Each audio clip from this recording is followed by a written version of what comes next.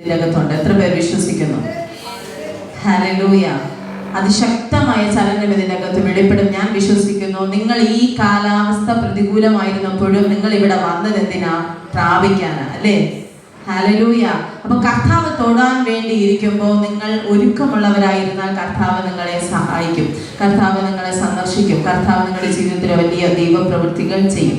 അല്പസമയം ദൈവത്തിന്റെ വചനവുമായി നിൽപ്പാൻ സ്വർഗത്തിനായ ദൈവം തന്ന തിരുവചനം സങ്കീർത്തനങ്ങളുടെ പുസ്തകം 91 അധ്യായം 11 വാക്യം. സങ്കീർത്തനങ്ങളുടെ പുസ്തകം 91:11 വായിക്കാവോ?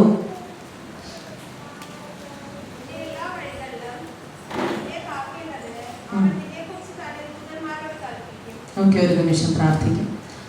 പരിശുദ്ധ പിതാവേ, ഞങ്ങൾ ഒരുമിച്ച് കൃപാസനത്തിന്റെ അടുക്കിലേക്ക് കടന്നു വരുന്ന രാജാവേ, ഹാലലൂയ. എല്ലാവരും ആരും മിണ്ടാതിരിക്കരുത്. ഹാലലൂയ. ഈ നിമിഷങ്ങളൊക്കെ ശക്തമായ ദൈവിക ചലനങ്ങൾ വെളിപ്പെടുന്ന സമയമാണ്. ആരും മിണ്ടാതിരിക്കരുത്. ഹാലലൂയ. നാം വന്നത് എന്തെങ്കിലും കർത്താവിൽ നിന്ന് പ്രാപിച്ചു കൊണ്ടുപോകണം. ഈ അനുകൂലമായ കാലാവസ്ഥ, അനുകൂലമല്ലാത്ത ഈ കാലാവസ്ഥയുടെ അകത്ത് നമ്മൾ ഈ ഹോളിന്റെ അകത്ത് ഒരുമിച്ച് കൂടിയിരിക്കുമ്പോൾ ശക്തമായൊരു ചലനം വെളിപ്പെടണം. റഥുനഹസ്യ അന്യഭാഷ പ്രാപിച്ചവർ അങ്ങനെ ഒരു ആത്മതലത്തിലേക്ക് ഒന്ന് കൈകളെ അടിച്ച് റോധുനഹസ്യ ഒന്ന് കയറി വന്നേ. റിഥാനഹരാധന എന്നോട് പറയുന്നത് ഒരു കോൺഫറൻസ്. ഇതിന് ചില്ലരെ മാത്രമേ കർത്താവ് കൊണ്ടുവന്നിട്ടുള്ളത്. സെലക്ഷൻ ഉള്ളവരെല്ലാം ഇതിനകത്ത് വന്നിട്ടുണ്ട്. ചില കോൺഫറൻസിന്റെ അകത്തൊക്കെ നാം പങ്കെടുക്കുമ്പോൾ എല്ലാവർക്കും അതിനകത്ത് ഇരിക്കാൻ സീറ്റ് കിട്ടത്തില്ല. കർത്താവിന്റെ ആത്മാവ് ഈ പ്രാരംഭ സമയം എന്നോട് പ്രവചിക്കാൻ പറയുന്ന ഒരു കാര്യം, നിങ്ങൾ കർത്താവിന്റെ സന്നിധിയിൽ വിലപ്പെട്ടവരാണ്. കർത്താവിന് നിങ്ങൾ വിശേഷതയുള്ളതാണ്. ഹല്ലേലൂയ. സാന്നിധ്യത്തെ കൊതിക്കുന്നവരൊന്ന് സ്തുതിച്ച്, ദൈവ സാന്നിധ്യം എനിക്ക് വേണം, ഞാൻ വന്നതുപോലെ പോകരുത്. ശക്തമായ ചലനം എന്റെ മേലൊന്ന് കത്തണം. കുറച്ച് സമയം ദൈവത്തിന്റെ സാന്നിധ്യത്തിലേക്ക് ഒന്ന് കയറുക. സ്വർഗം നിങ്ങളുടെ മധ്യത്തിൽ തുറക്കട്ടെ. ദൂതന്മാർ ഇതിന്റെ അകത്ത് ഇറങ്ങട്ടെ. ചിലതൊക്കെ ദർശനങ്ങൾ കാണുന്നുണ്ട്. ഓപ്പറേറ്റ് ചെയ്യുന്ന ദർശനങ്ങൾ ഓപ്പറേറ്റ് ചെയ്യുന്ന ചിലർ എഴുന്നേൽക്കട്ടെ. സാന്നിധ്യത്തെ കൊതിക്കുന്ന ചിലർ ഇതിനകത്ത് വന്നിട്ടുണ്ട്. അവർ മഴ നോക്കിയിട്ടില്ല, അവർ വീട്ടുകാരെ നോക്കിയിട്ടില്ല, നാട്ടുകാരെ നോക്കിയിട്ടില്ല. ജോലി മാറ്റിവെച്ച് വന്ന ചിലതിന് കർത്താവിന് ഇറക്കാൻ പോവുക. സാന്നിധ്യം ഇല്ലെങ്കിൽ ഞാനൊന്നുമില്ലായേ, നീ കൂടെ പോരുന്നില്ലേ എനിക്കാരുമില്ലായേ. നിൻ സാന്നിധ്യം ഇല്ലെങ്കിൽ ഞാനൊന്നുമില്ലായേ, നീ കൂടെ പോരുന്നില്ലേ എനിക്കാരുമില്ലായേ. ആരുമില്ലായേ. എപ്പോഴൊക്കെ നമ്മളെ മാത്രമായി പോയിട്ടില്ലേ? യേശുവല്ലാതെ എനിക്കാരുമില്ലായേ. ആരുമില്ലായേ, ആരുമില്ലായേ. യേശുവല്ലാതെ എനിക്കാരുമില്ലായേ.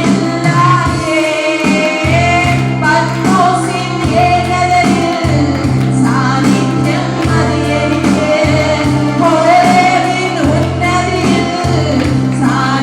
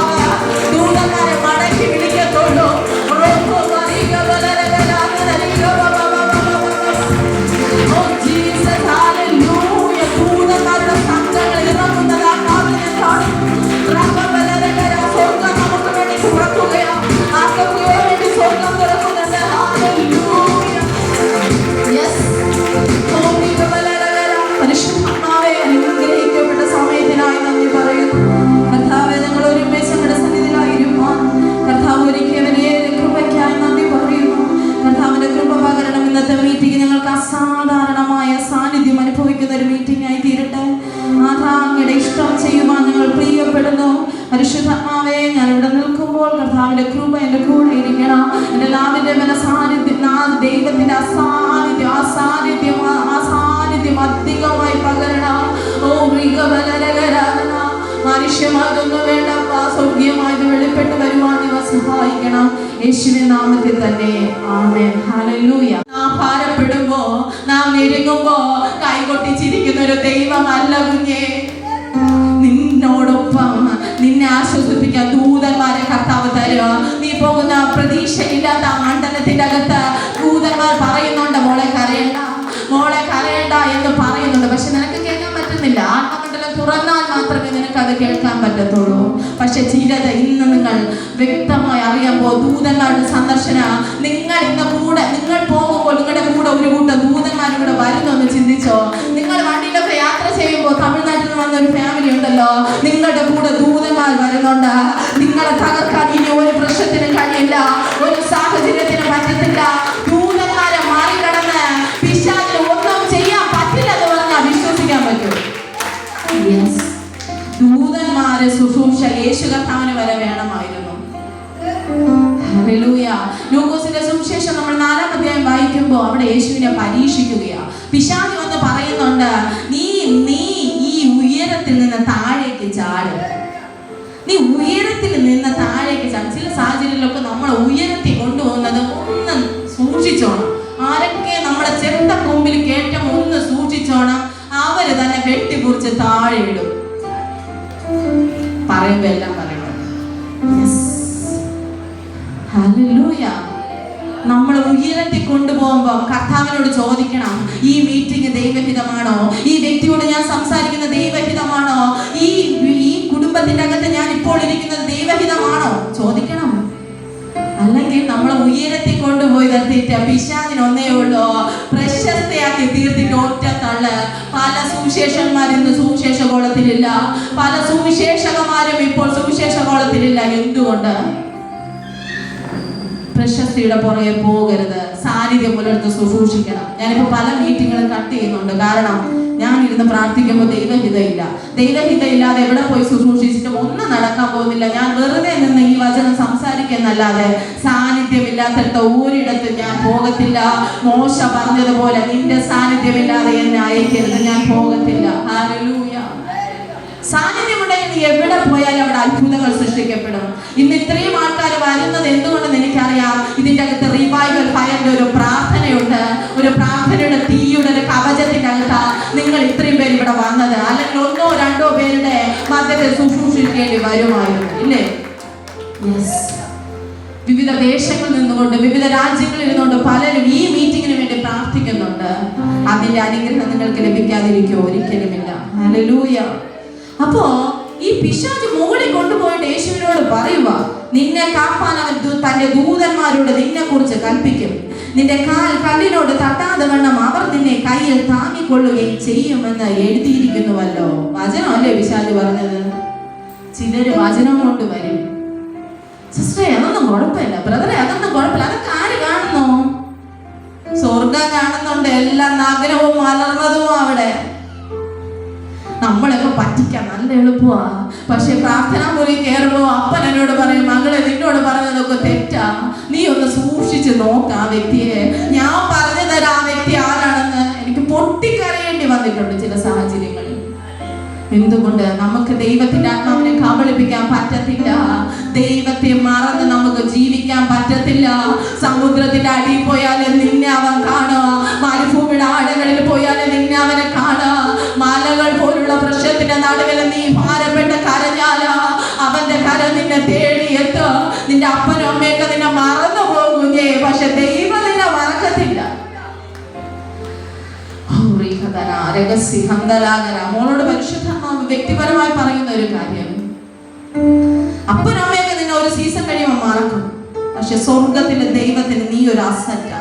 ദൈവത്തിന്റെ ആത്മാവ് വ്യക്തിപരമായി നിന്നോട് പറയുന്ന ഒരു കാര്യം, നിന്നെ വിട്ടുകൊടുക്കാൻ അവന് മനസ്സില്ല.